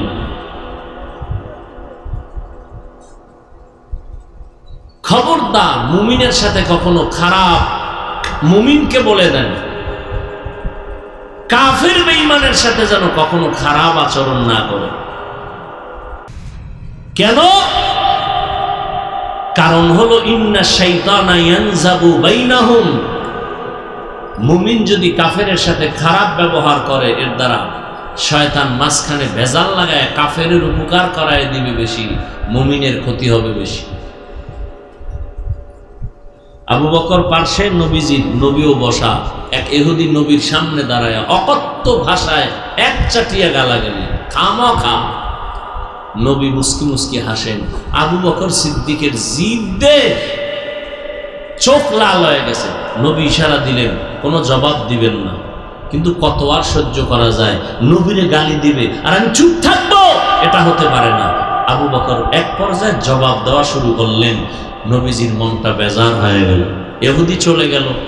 নবীজিকে আবু বকর সিদ্দিক জিজ্ঞাসা করলেন, হে আল্লাহর রাসূল, আপনি মন খারাপ করলেন কেন আমি জবাব দিতে গিয়ে? নবীজি বললেন, হে আবু বকর, যখন আমি চুপ ছিলাম ইহুদি এক চাটি আমাকে গালি দিতেছিল, তখন আমার পক্ষ থেকে আল্লাহ একজন রহমতের ফেরেশতা নির্ধারণ করেছিলেন তার জবাব দেওয়ার জন্য। যখন আপনি জবাব দেওয়া শুরু করেছেন, আল্লাহর পক্ষ থেকে বিচারের ফেরেশতা চলে গেছে, সাহায্য বন্ধ হয়ে গেছে, আমার মন বেজার হয়ে গেছে। আসমান থেকে বিচার আসবে, এটা কঠিন। নিজে বিচার করতে যাবেন, এটা কঠিন হবে না, বরং মাইল দিতে গিয়ে নিজেও দিয়ে একটা খাইবেন। আর খোদায় যদি দেয়, আপনি ধরা ছোঁয়ার বাইরে ঘুমের তুইটা দেখবেন আর বাড়ি ঘরে আগুন লেগে গেছে, ও আপনার দোষ দিতে পারবে? কোনো দোষ নাই। আল্লাহর কাছে কাঁদবেন, আল্লাহ যদি আমারে জ্বালাইতেছে, আল্লাহরে বলতে থাকেন। মুসা নবী একদিন আল্লাহরে কে, আল্লাহ এই ফেরাউন যে আমারে জ্বালায়, তুমি দেখো না? দেখি। তামসা চাও তুমি? এই ফেরাউনের মারতে তোমার কয় সেকেন্ড লাগে? কয় 1 সেকেন্ডও না। এত যে গালাগালি করে আমারে, তুমি কি তামাশা দেখতেছো?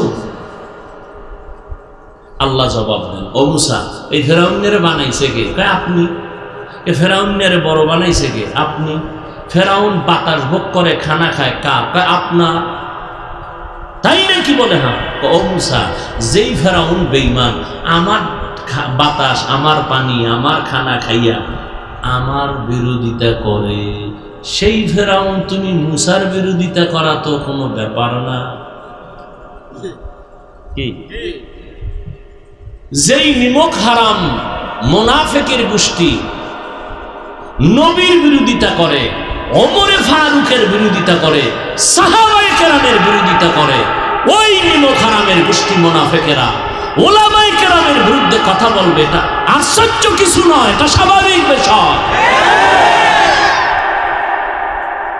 যারা সাহাবায়ে কেরামের উপরে কলম ধরতে পারে, এ সমস্ত বেয়াদবের গোষ্ঠী ওলামায়ে আহলে হকের উপরে কলম ধরতে কোনো ভয় পায় না। তবে আজীবনের জন্য মনে রাখবেন, সাহাবায়ে কেরামের বিরুদ্ধে যারা ইশারা ইঙ্গিতে বলবে, লেখবে, আল্লাহর কসম এরা ভণ্ড। এদেরকে যারা ভণ্ড বলবে না, তারাও ভণ্ড। আল্লাহ হেদায়েত দান করুন।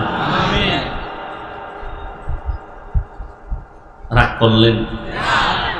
ভণ্ড বাতিলের বিরুদ্ধে কথা বলার নাম হিংসা। কি আরেক ঝামেলা।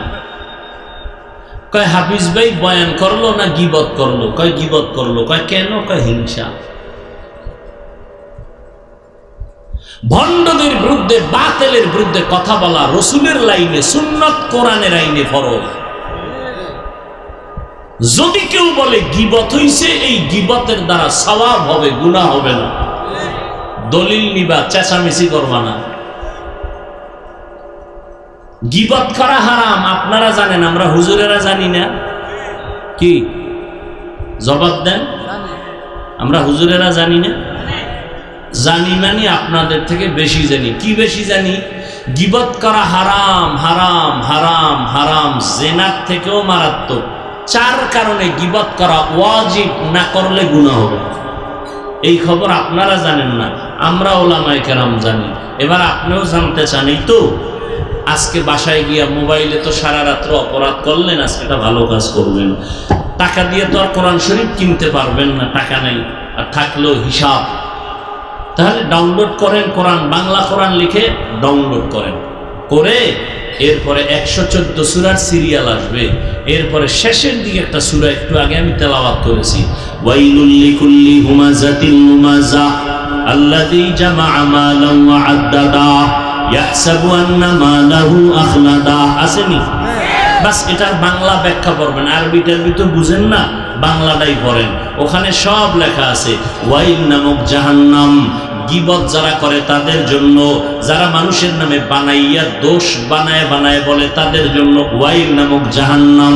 গীবত করা এই আয়াতে হারাম, কিন্তু 4 কারণে গীবত করা ওয়াজিব, না করলে গুনাহ হবে।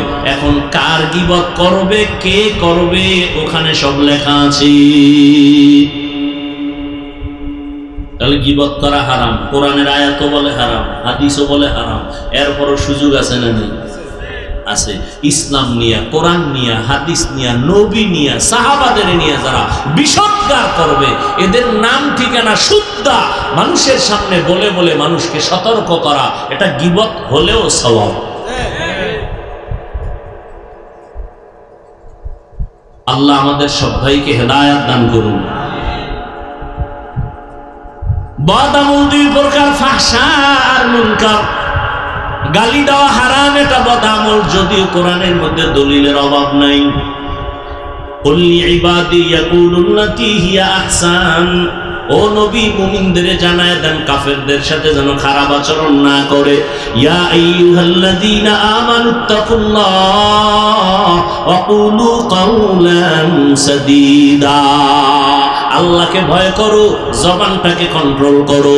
ক্বালান নবী সাল্লাল্লাহু আলাইহি ওয়া আলিহি ওয়াসাল্লাম সিবাবুল মুসলিমি ফুসুকু ওয়া কিতালুহু কুফরুন। পয়গম্বর বলেন মুমিন মুমিনের গালি দেওয়া পাপিষ্টের কাজ, মুমিন হইয়া মুমিনের বিরুদ্ধে জিহাদের ঘোষণা দেওয়া বেদিনদের পরিচয়। ক্বালান নবী সাল্লাল্লাহু আলাইহি ওয়া আলিহি ওয়াসাল্লাম মান ইয়াজমান লিমা বাইনা লাহইহি ওয়া মা বাইনা রিজলাইহি আজমান লাহুল জান্নাহ। মদিনার নবী বলেন দুই জিনিস হেফাজতের জিম্মাদারি যদি নাও, আমি মুহাম্মদ তোমাকে জান্নাতে নেওয়ার জিম্মাদারি নিব। কয় জিনিস হেফাজত? দুই জিনিস। জবানের হেফাজত করো, লজ্জাস্থানের হেফাজত করো। আমি নবী ওয়াদা করলাম তোমাকে আমি জান্নাতে নেওয়ার জিম্মাদারি নিব। আল মুসলিমু মান সালিমাল মুসলিমুনা মিন লিসানিহি ওয়া ইয়াদিহি।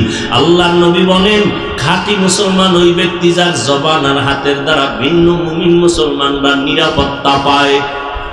তাহলে গালি দেওয়া হালাল না হারাম? দলিল আছে না নাই? দলিল লাগবে না, বিবেক বুঝে ফেলছে ফাহশা। আসেন এবার মুনকার নিয়ে একটা উদাহরণ দেই। আগাবো না ইতি টানবো? মুনকার হলো এমন বদ আমল যেটা দলিল ছাড়া সমাধান করা যাবে না। যেমন সিজদা করা। সিজদা এটা গুনাহ না সওয়াব? বলেন বলেন।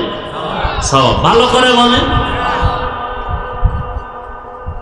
হ্যাঁ, সিজদা করা কি বলেন আপনারা? জবান খুললে কথা বললে, এমনি দোকানে বয়ে কথা বলেন, দুনিয়ার গল্প করেন, যেখানে কথা বলার দরকার সেখানে বলেন না। সেজদা দেওয়া গুনাহ না সওয়াব? এই সেজদা যদি কেউ কবরে দেয়, মাজারে দেয়, বটগাছে দেয়, গুনাহ। আচ্ছা যারা দেয় এরকম কিছু আশিকের রাসূল আসেনি? আচ্ছা যারা দেয় এরা কি গুনাহ মনে করে দেয় না সওয়াব মনে করে? না আপনি যদি গিয়ে কেন এই বেটা বন্ধ করেন শিরক বলবে, চুপ। কিসের শিরক? দলিল দিন। বলবে না? না আপনি দলিল দিলেন কি? আল্লাহ ছাড়া আর কাউকে সিজদা করা যাবে না। ইবাদতের সিজদা আল্লাহর জন্য খাস, অন্যকে দেওয়া শিরক। ওয়া মান ইউশরিক বিল্লাহ ফাকাদ হারামাল্লাহু আলাইহিল জান্নাহ। দিছেন একটা দলিল, পাল্টা দলিল দিছে। এই না শুনো, তুমি যে বললা ইবাদতের সিজদা আল্লাহ ছাড়া অন্যকে দেওয়া শিরক, আল্লাহর কসম আমরা ইবাদত হিসাবে অন্যকে সিজদা দেই না। কত কেন দাও? আমরা এটা তাযীমান সম্মানের জন্য দেই। কারণ আপনি বলবেন তুমি যে ইবাদত ছাড়া সম্মানের সিজদা দাও, দলিল বলে দলিল নাও, দলিল নাও। এক নম্বর দলিল কোরআনের আয়াত উসজুদু লি আদম ফাসাজাদু ইল্লা ইবলিস।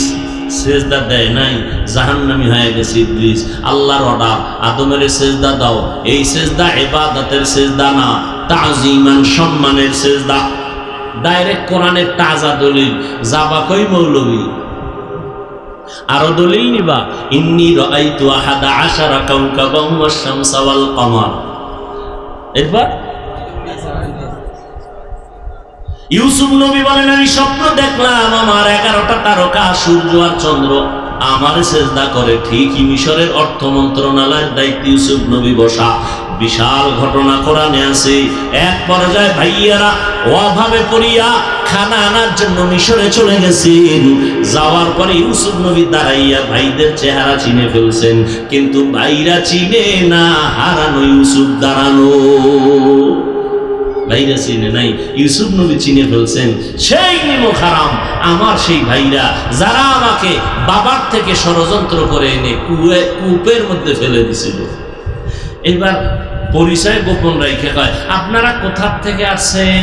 কয় আমরা কি বলে কেনান থেকে আসছি, সিরিয়ার থেকে আসছি। তাই নাকি? বলে হ্যাঁ।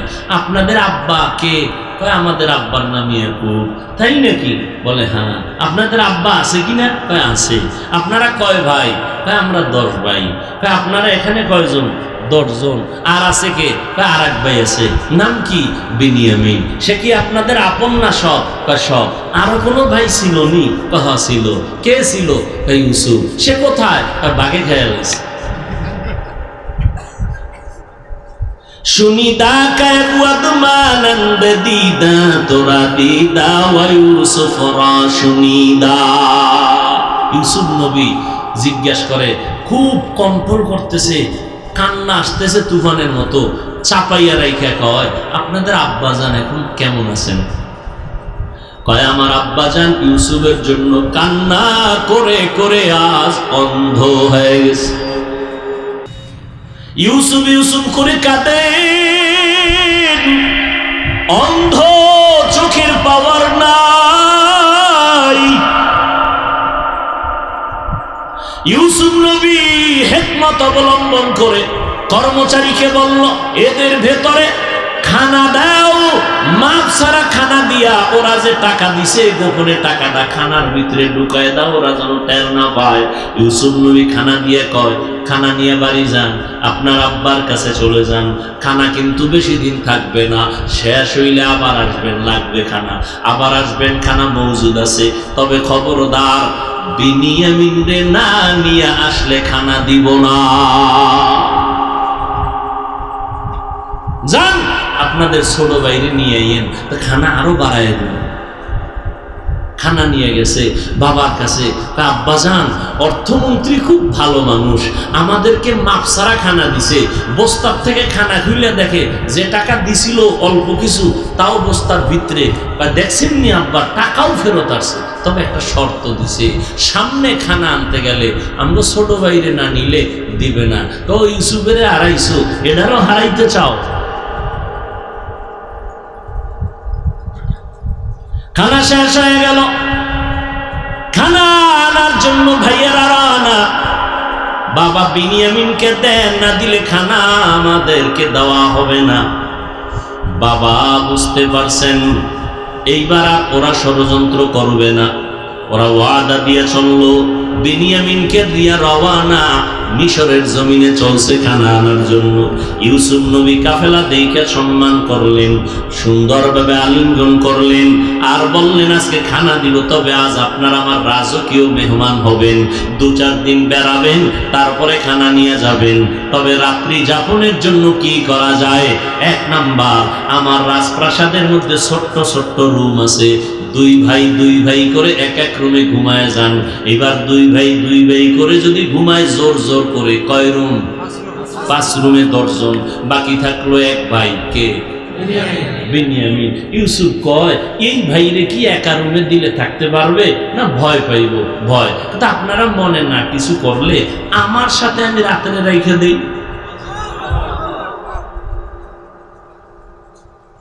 ওরা তো বুঝে না, ওরা তো খুশি, অর্থমন্ত্রী আমাকে এত আদর করে, তো খানা বেশি হয়।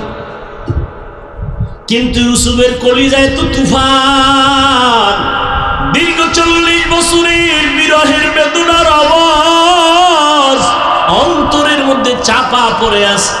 সব ভাইরা রুমে রুমে ঘুমায় গেল, বিনিয়ামিনরে নিয়ে ইউসুফ আজ ঘুমায় না, 40 বছরের ইতিহাস চর্চা করতেছে। ও বিনিয়ামিন, আব্বাজানের খবর কি তোমার বলো? এই হালাত, তোমার ভাই ইউসুফের কথা মনে আছে বলে নাই? বাজান ইউসুফের কথা বলে বলে কান্না করে চোখের এই মনিটা সাদা হয়ে গেছে, কিছুই দেখে না। এবার ইউসুফের ওয়াদা দিয়ে কয়, বলবা না আমি তোমার সেই আপন ভাই ইউসুফ, আমাকে ওরা ষড়যন্ত্র করে পাঠায় দিয়েছে,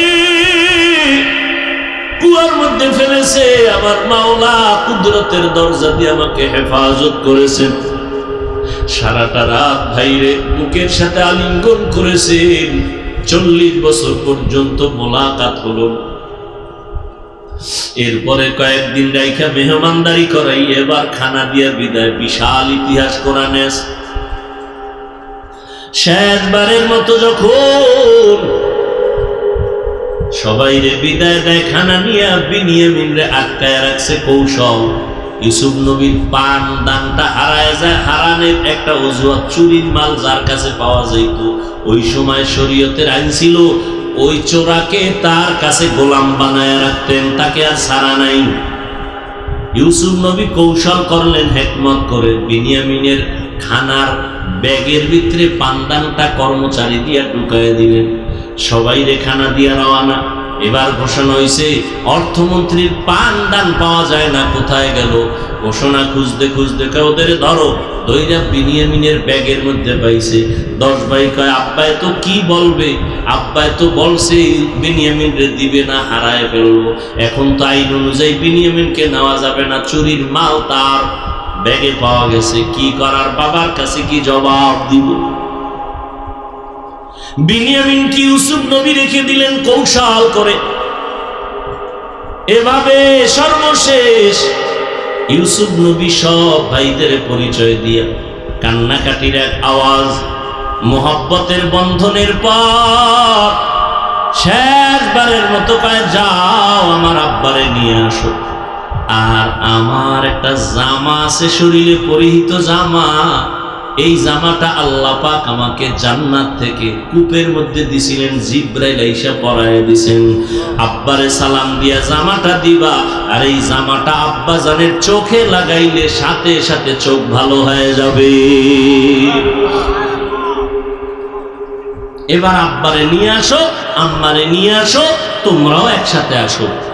এবার সবাই আইসা আব্বা আম্মা সহ, ইয়াকুব নবী সহ, এরপরে ইউসুফ নবীকে সেজদা দিলেন। সবাই এসে সেজদা করলেন। স্বপ্ন দেখছে কবে? আজকে পূরণ হইল কত বছর পর।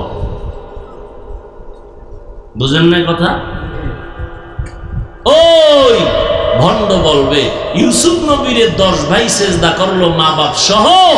এই সেজদাও তাজিমান সেজদা, এটা সম্মানের সেজদা, ইবাদতের সেজদা না। এবার আমার মতো দুর্বল মৌলবী তো ঠান্ডা হয়ে গেছে, পুঁজি শেষ।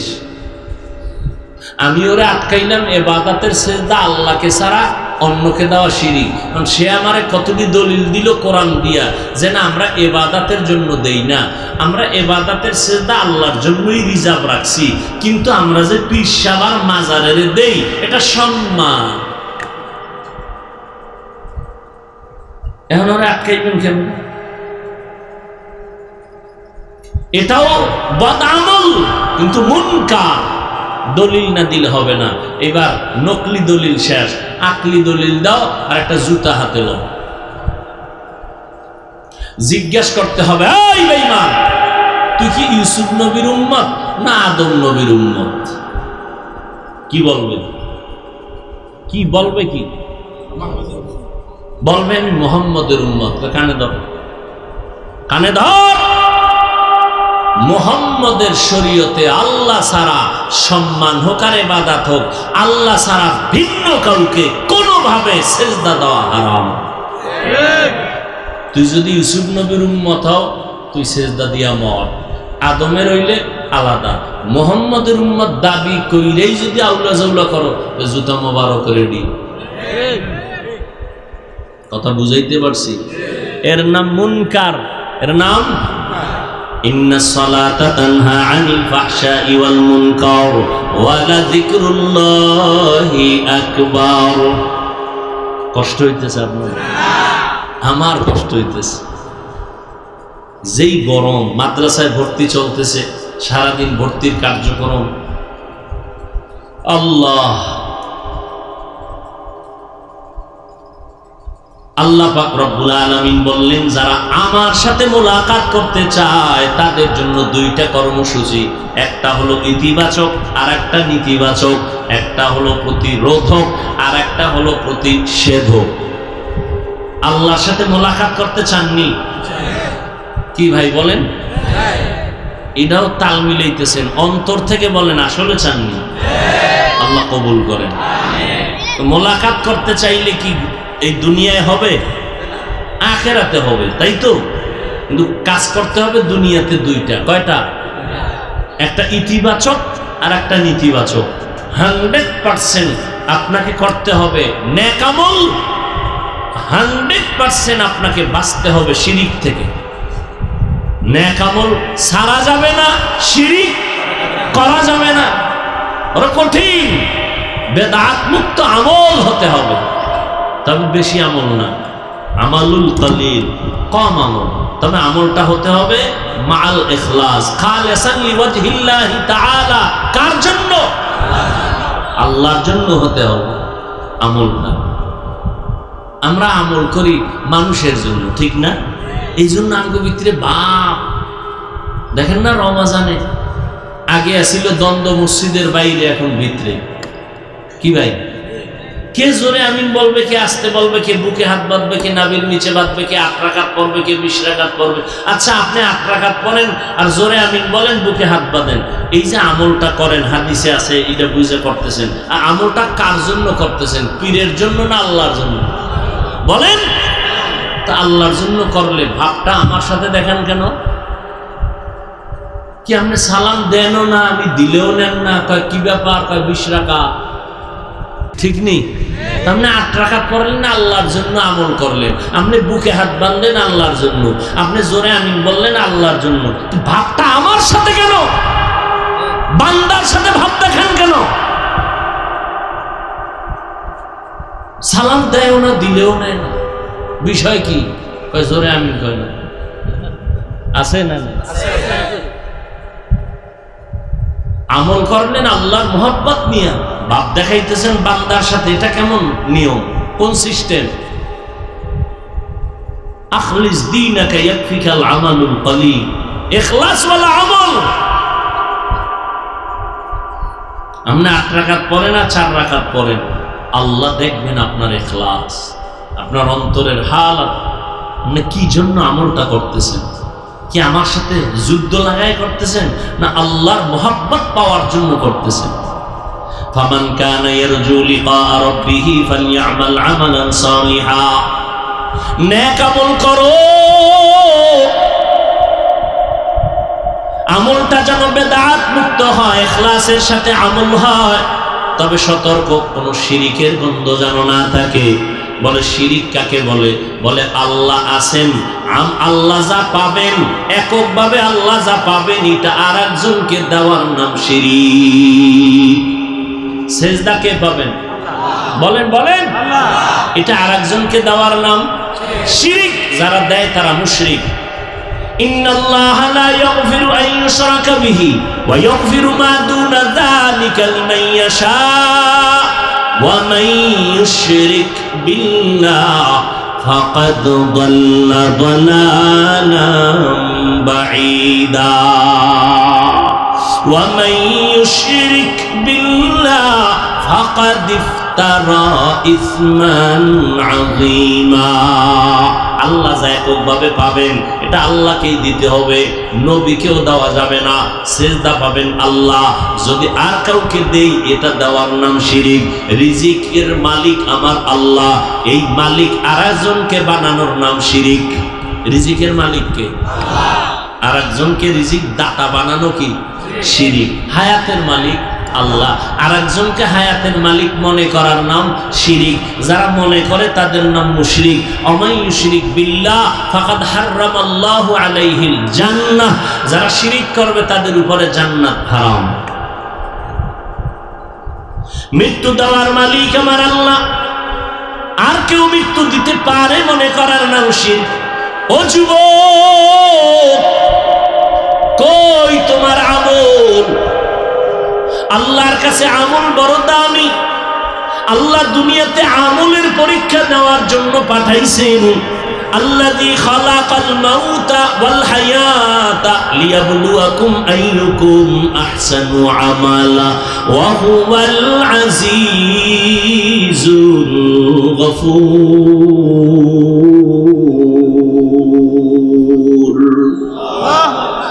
আরে মিয়া, বেশি আমল লাগে না, এত আমল লাগে না। আল্লাহ তার চালাকি কম কর, আমি দুনিয়াতে পাঠাইছি আমলের পরীক্ষা নিব।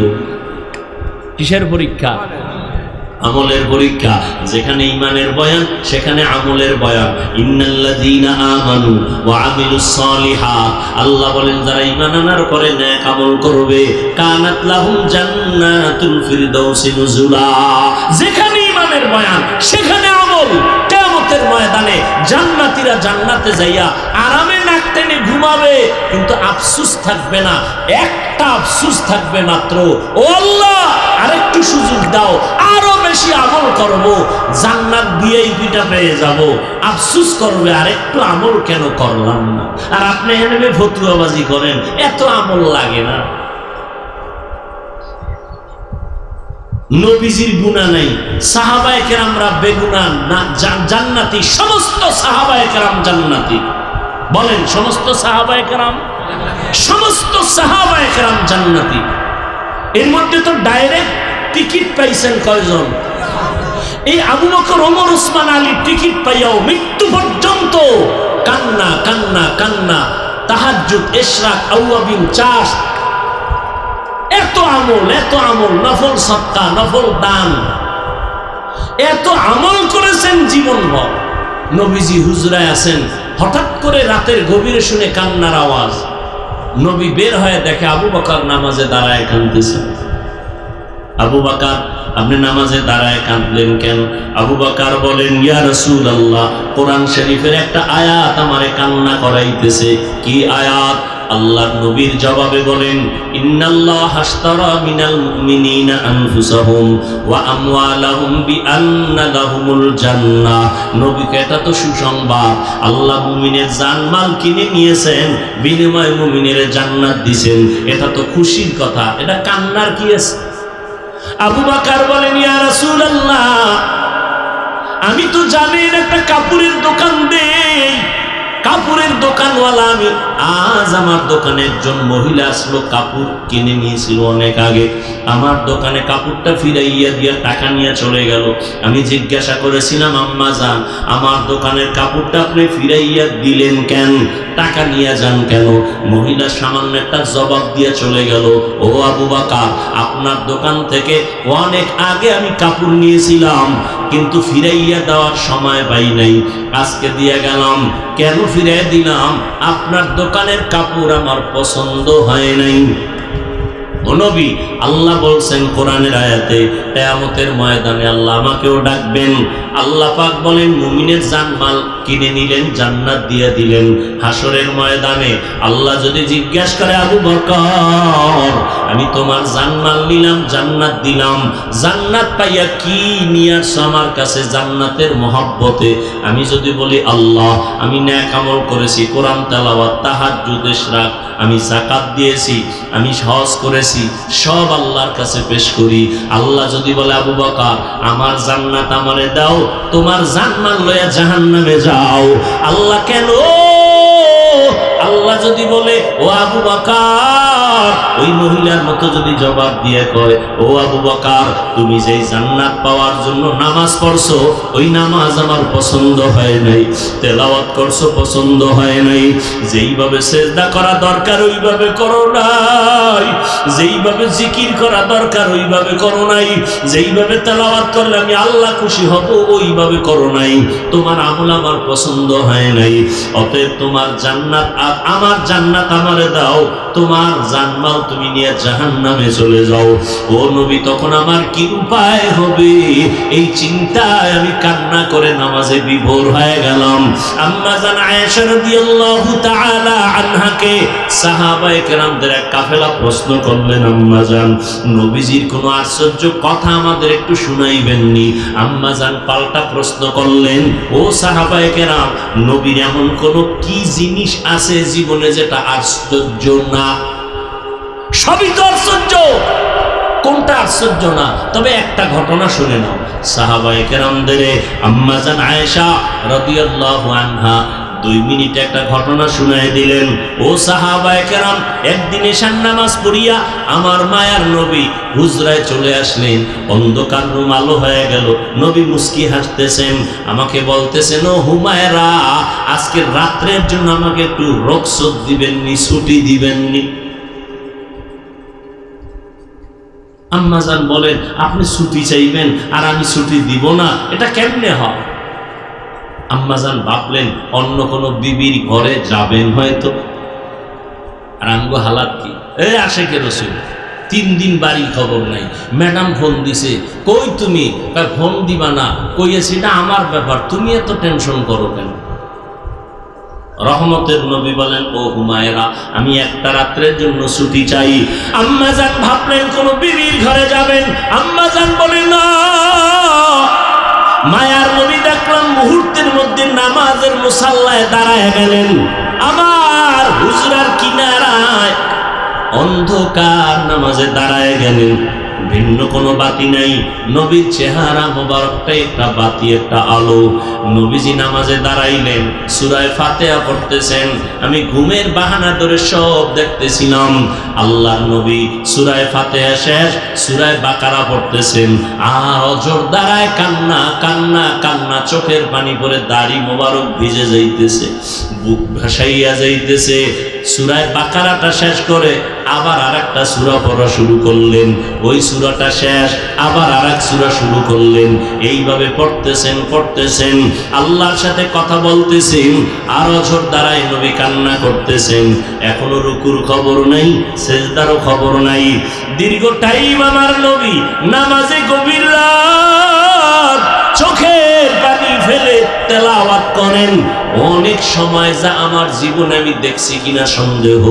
মায়ার নবী এত দীর্ঘ টাইম নামাজে দাঁড়াইয়া অনেকগুলো সূরা তেলাওয়াত করিয়া মাত্র রুকুর মধ্যে চলে যাচ্ছেন। আমি দেখতেছি নবী রুকুর মধ্যে গিয়াও কান্নার আওয়াজ।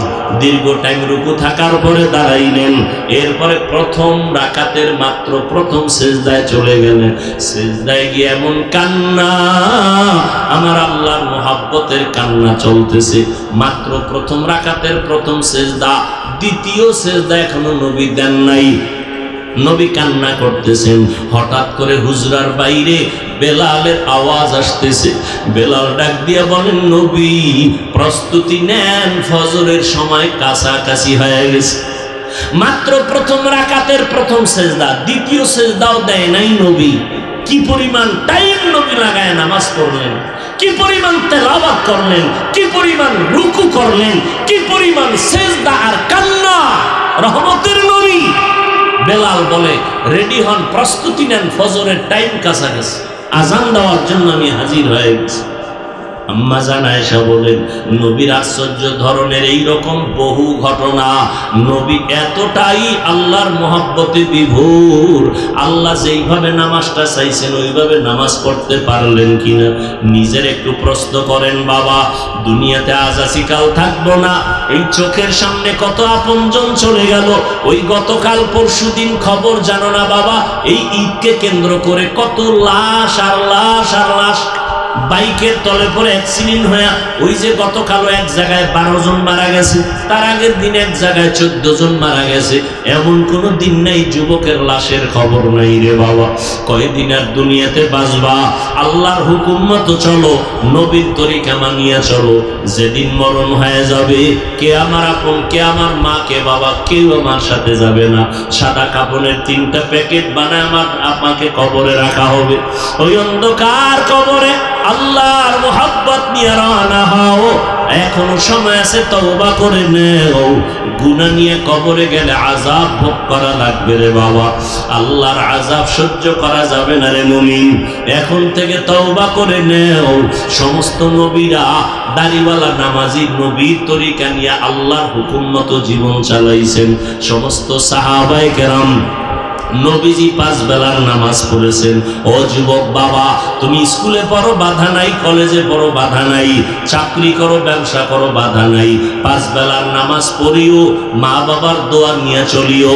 মা বাবার দোয়া ছাড়াই চেয়ারে বসতে পারি নাই, মা বাবার কান্না চোখের পানি আর দোয়া ছাড়া পরীক্ষায় ভালো নাম্বার পাও নাই, মা বাবার চোখের পানি দোয়া ছাড়া তুমি কোনোদিন সম্মানের চেয়ারে বসতে পারো নাই, পারবাও না। এখন থেকে তওবা করে নাও, মা বাবার দোয়া নিয়ে চলবা, আর বেয়াদবি করবা না। ওলামায়ে কেরামের পরামর্শ নিয়া নবীর তরিকা মেনে চলবা। ও যুবক, তোমার মতো কত যুবক রাস্তায় গাড়ি চালায়, নামাজ ছাড়ে না, তুমি কেন পারবা না? তোমার মতো যুবক স্কুল কলেজে পড়ে, নামাজ ছাড়ে না, তুমি কেন পারো না? তোমার মতো যুবক ব্যবসা করে, নামাজ পড়ে, তুমি কেন পারবা না? আল্লাহর কোরআনটা কি মিথ্যা মনে করেছো? ওই কোরআনে জান্নাতের বয়ান, জাহান্নামের বয়ান আছে। কে জান্নাতে যাবে, কে জাহান্নামে যাবে তাও আল্লাহ বলেছেন। ইন্নাল আবরারা লাফি নাঈম ওয়া ইন্নাল ফুজ্জারা লাফি জাহিম। নেক লাইনে চলবা জান্নাত, গুনাহ নিয়ে যাবা জাহান্নাম। ও বাবা, তুমি কি পরিমাণ নেক করেছো গুনাহ করেছো নিজের হিসাবটা মিলাইয়া নাও। যদি গুনাহ বেশি হয় তওবা করো, মনে মনে আল্লাহকে ডাকো, হে মালিক। নবী যদি সারা রাত নামাজে কান্না করেন, সাহাবায়ে কেরাম যদি আমলের ময়দানে কান্না করেন জান্নাতের সুসংবাদ পাওয়ার পরও, আমার আপনার কি পরিমাণ কান্না করা দরকার। অথচ কপাল খারাপ, চোখে পানিও নাই, চেষ্টাও করি না, তওবার নিয়ত করি না। আজকে থেকে তওবার নিয়ত করো রে বাবা। হেদায়েতের মালিক আল্লাহ, ইজ্জতের মালিক আল্লাহ, হায়াতের মালিক আল্লাহ। যদি জাহান্নামের ভয় অন্তরে জমা করো, এখন থেকে নিয়ত করে নাও, জীবন স্কুল কলেজে পড়ি, চাকরি করি, যা করি, নামাজ ছাড়বো না, মা বাবারে কষ্ট দিব না, নবীর তরিকার বাইরে চলবো না, উলামায়ে আহলে হকের পরামর্শ নিয়ে সুন্নাত অনুযায়ী চলবো। মুনাফিকি যদি না থাকে, তওবার নিয়ত যদি হয়, খাঁটি তওবার নিয়তে দুটো হাত আল্লাহকে দেখাইয়া দাও। আয় আল্লাহ, হাতগুলো কবুল করে নেন, তওবা কবুল করে নেন, তওবার উপরে মজবুত হইয়া চলার মতো তৌফিক দান করেন, আমিন।